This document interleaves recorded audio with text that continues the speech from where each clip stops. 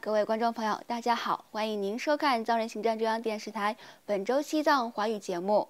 今天是藏历2145年8月26号，公元2018年10月5号。今天的主要新闻有：达赖喇嘛尊者为印度尼西亚地震海啸救灾工作捐款5万美元；英国议会代表团参访印北达兰萨拉；藏人行政中央纪念圣雄甘地诞辰日；第16届西藏人民议会第6次会议通过一项新的法案；第39届联合国人权理事会讨论西藏人权问题。下面请看详细内容。西藏精神领袖达赖喇嘛尊者于近日捐赠5万美元，用于援助日前印尼地震海啸的救援工作。据媒体综合消息，印尼苏拉威西岛日前遭遇强震及海啸袭击，已经导致1000余人死亡，救援工作仍在持续进行。当地政府担心死亡人数仍有可能上升。得知这一噩耗后，西藏精神领袖达赖喇嘛尊者致函印尼总统佐科威，对此次灾难中的遇难者和家属表达哀悼。达赖喇嘛尊者在信函中指出，他对苏拉威西岛强震与海啸造成的巨大生命与财产损失，以及各方所受到的困顿表示极度的痛心，并强调，为了表示同情和声援，达赖喇嘛基金会捐款5万美元用于救灾工作。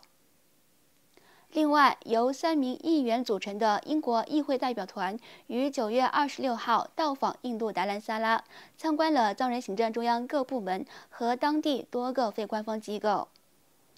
3位议员分别是英国保守党议员莫迪西、苏格兰国民党议员克里斯托弗劳以及工党议员凯里麦卡锡。9月27号，议员们会见了西藏精神领袖达赖喇嘛尊者，并且与尊者进行了长时间的互动，谈及有关当今西藏境内的政治局势。9月28号，藏人行政中央嘎夏在新建的西藏大楼会议厅内举行欢迎仪式，欢迎代表团访问达兰萨拉。随后，议员们也纷纷发言，对西藏的自由运动表达了支持。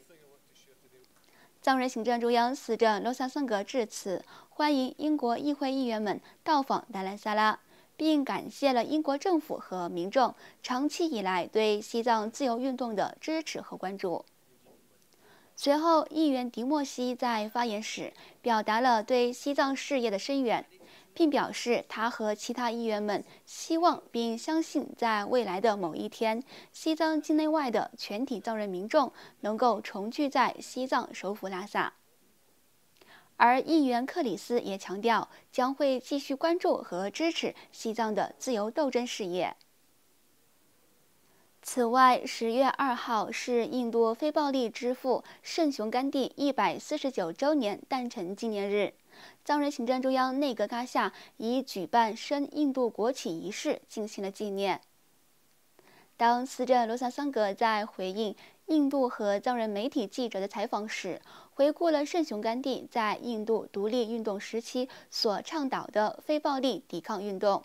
并重申藏人行政中央在达赖喇嘛尊者的指导下，西藏的自由斗争事业也是在遵循非暴力精神。为了纪念圣雄甘地诞辰日，司政罗萨桑格还宣布，藏人行政中央参与由印度中央政府倡议的清洁印度活动。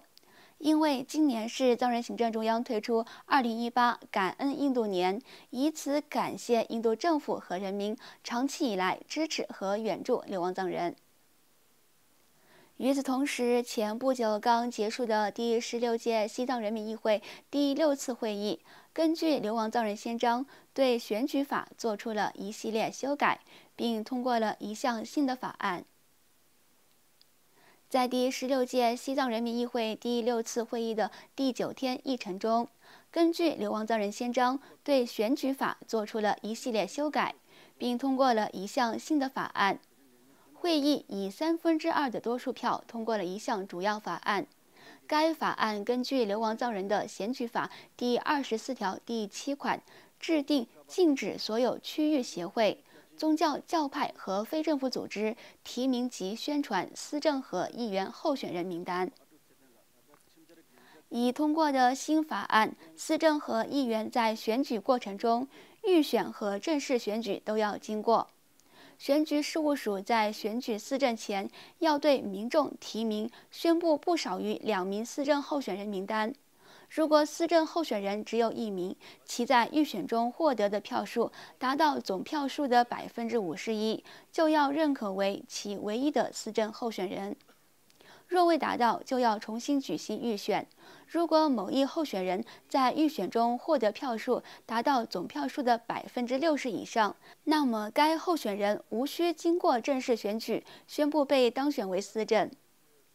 此项法案在第16届西藏人民议会第6次会议上获得2/3以上的票数，并正式通过。接下来，请看今天的最后一则新闻。在上周五结束的联合国第39届人权理事会会议上，与会各国代表再次提出在中国统治下遭严重践踏的西藏境内的人权问题。根据联合国人权事务高级办事处发布的声明，从9月10号至28号举行的第39届人权理事会会议，有150个国家、303个非政府组织和27个人权机构的代表出席，包括欧盟、德国、英国、加拿大、芬兰和法国在内的数个成员国，强调中国严重侵犯人权，呼吁中国释放所有人权维护者，包括西藏母语保护者扎西文瑟。在会议上，德国代表团对中国日益恶化的人权状况表示深切关注。根据德国代表团发表的声明指出，德国仍然对中国境内的宗教问题和少数民族地区的情况，特别是遭受系统性歧视的西藏人深感担忧。德国敦促中国全面配合联合国特别程序的审查，并敦促中国释放包括扎西维瑟在内的所有人权维护者，以及立即关闭所有在教育营。同样，欧盟对中国宣称的扩大政治在教育营表示严重关切，并呼吁中国释放所有被拘留的人权维护者。而英国代表团则呼吁中国释放因和平行使权利而被拘留的人。加拿大代表团对中国侵犯人权的可信报道表示关注，称这违背了中国的国际人权承诺、中国宪法以及联合国全球反恐战略法。而芬兰代表寻求与中国在人权问题上进行对话。观众朋友，藏人行政中央电视台本周西藏华语节目就到此结束了，感谢您的收看，我们下期同一时间再会，祝你有个愉快的周末。